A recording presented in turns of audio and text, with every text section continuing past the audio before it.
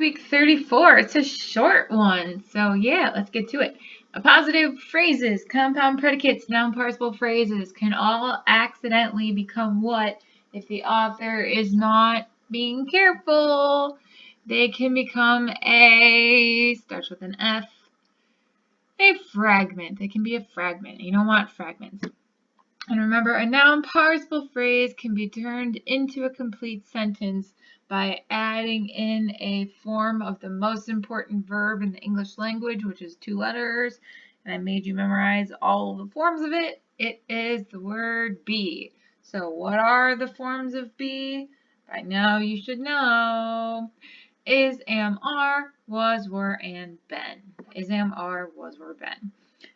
Alright, and careful writers make sure to what they're writing in order to catch and fix any fragments. Since we don't want fragments in our final drafts of things, they be sure to reread their writing in order to then catch and fix mistakes. Okay, so many sentence fragments come about in this way. You start off by writing a sentence. So say, like, for example, you wrote, Michael plays basketball. Is this a complete sentence? Yes. How do we know? Has a subject, Michael, has a verb, plays. So because you recognize this as a complete sentence with a subject and a verb, you end it with what punctuation mark? What do we call those? Period, right? A period. End it with period. So then, as you continue thinking about the sentence that you want to write, you decide to qualify it or elaborate on it by adding in an adverb clause. So you have like Michael plays basketball, period, and then you have your adverb clause whenever he has time, right? You made it more interesting. But because you already closed off your sentence with a period, this adverb clause accidentally becomes a what? A fragment, and you don't want fragments, okay? So if you have Michael plays basketball whenever he has time. So this sentence does not end after that should say basketball, not golf. Because the adverb clause modifies what verb in the main statement? Whenever he has time, he does what? He plays, right? So we connect them together. So we built a cottage on a hill overlooking a lake which was surrounded by pine trees. How many points before the sentence ended could the sentence have ended? So how many times could it have been like a full chunk? Could have been 1 after cottage, 2 after hill, 3 after lake, and then of course 4 the pine trees. So it could have ended 3 different times before it actually did. It could have ended at each vertical line. It does not, however, until the final period, because each phrase and clause modifies a word in the preceding or following phrase or clause. Well, what's on a hill? The cottage. What is overlooking a lake? The hill. What was surrounded by pine trees? The lake, right? So every preceding phrase or clause is what it is modifying. So a sentence ends only when the first or last grammatically connected idea has been expressed. Whenever the last grammatically idea has been expressed, then you should finish your sentence. Alright, so if you close a sentence with a period before you've included a grammatically connected word group, like a phrase or a clause, you accidentally produce a sentence fragment, alright? And again, you do not want fragments. Now remember too, the length of a word group has nothing to do with it being a sentence or not. You could have word groups with like 16 words in it, that's still a fragment. You could have 2 words, that's a sentence. As long as there's a subject and a verb and it makes sense by itself, it's considered a sentence. So if we have neighbors objected versus the neighbors, which one is a complete sentence because it makes sense by itself? A, right? Subject of neighbors, verb of objected. Makes sense. But B is not a complete sentence because the word group is missing a what to make a statement about the subject neighbors. We don't know what the neighbors are doing, so we are missing the predicate. You need to have a predicate. Alright, so now if we have, whoops, undo that. That was weird. How did I manage that? Alright, sorry. So the neighbors, comma, who were annoyed by Jeff's practicing his trombone at all hours of the day and night, comma, end of the sentence, right? So now we have the subject neighbors, but it's being followed by a really, really, really long clause that modifies it.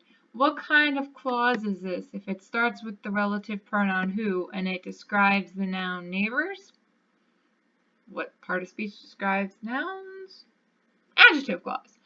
So it has the clause to describe neighbors, but yet the subject neighbors still doesn't have a verb to tell what the annoyed neighbors did.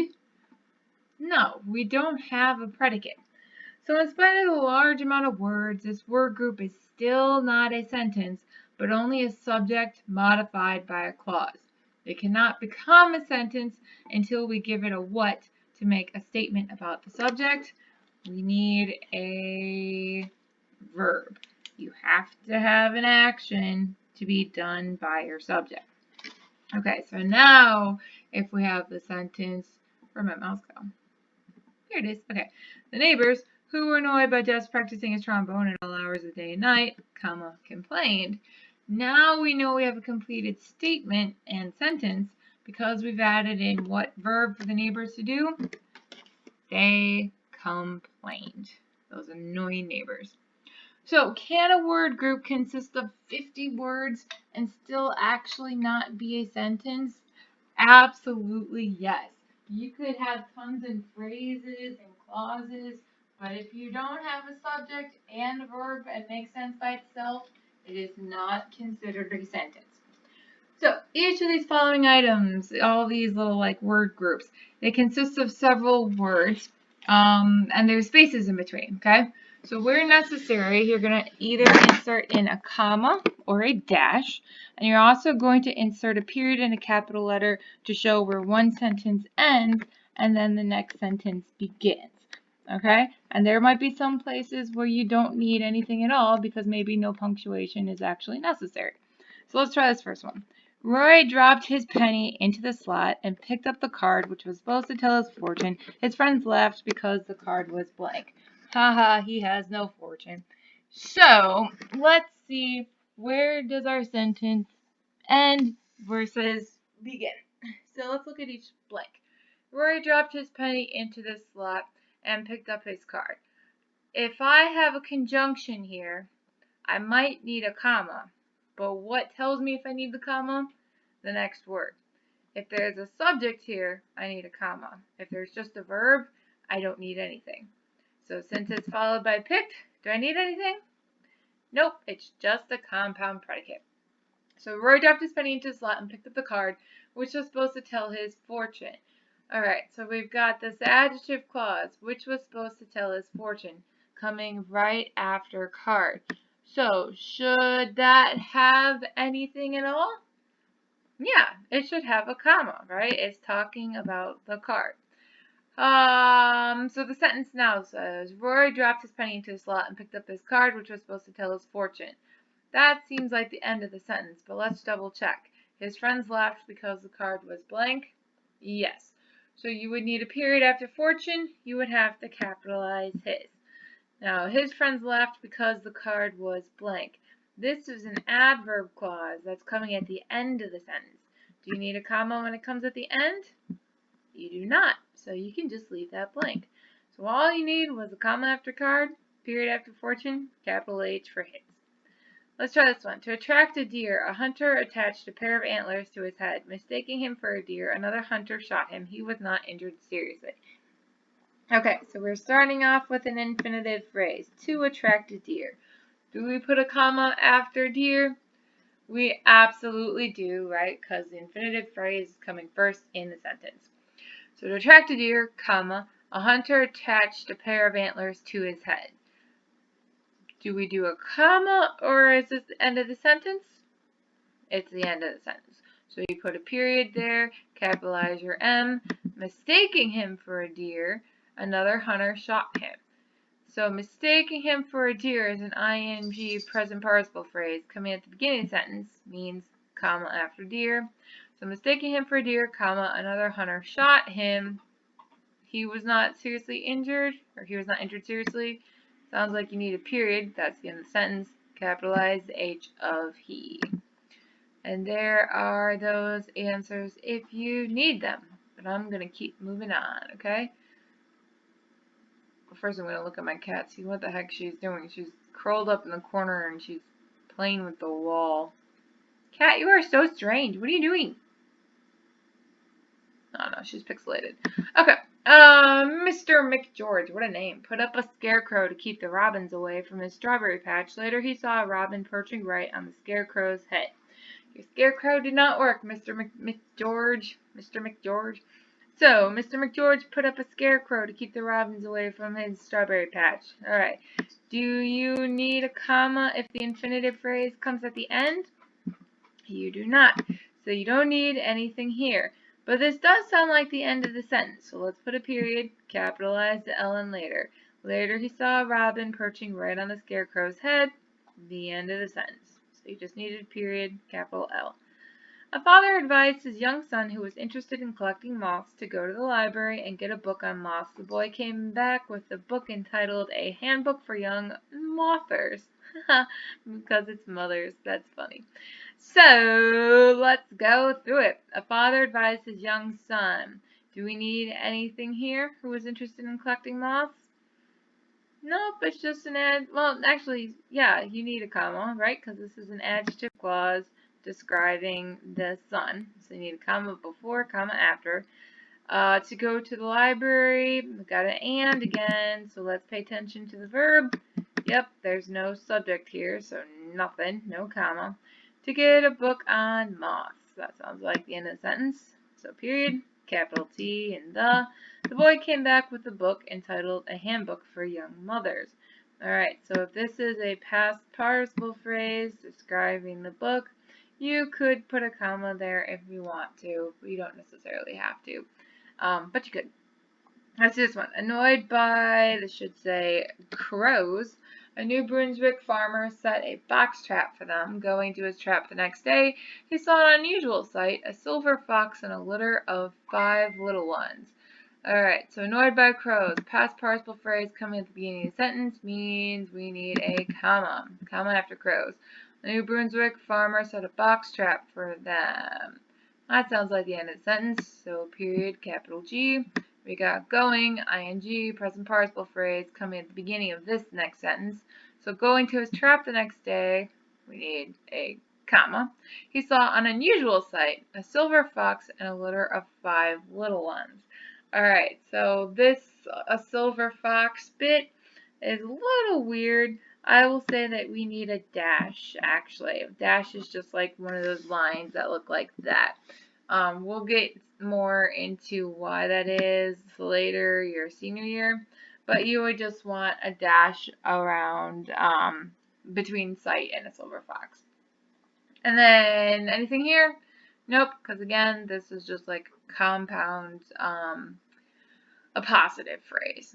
Motorists near Albany suddenly turned up their car windows and shifted into reverse gear when they saw 300 skunks parading across the state highway.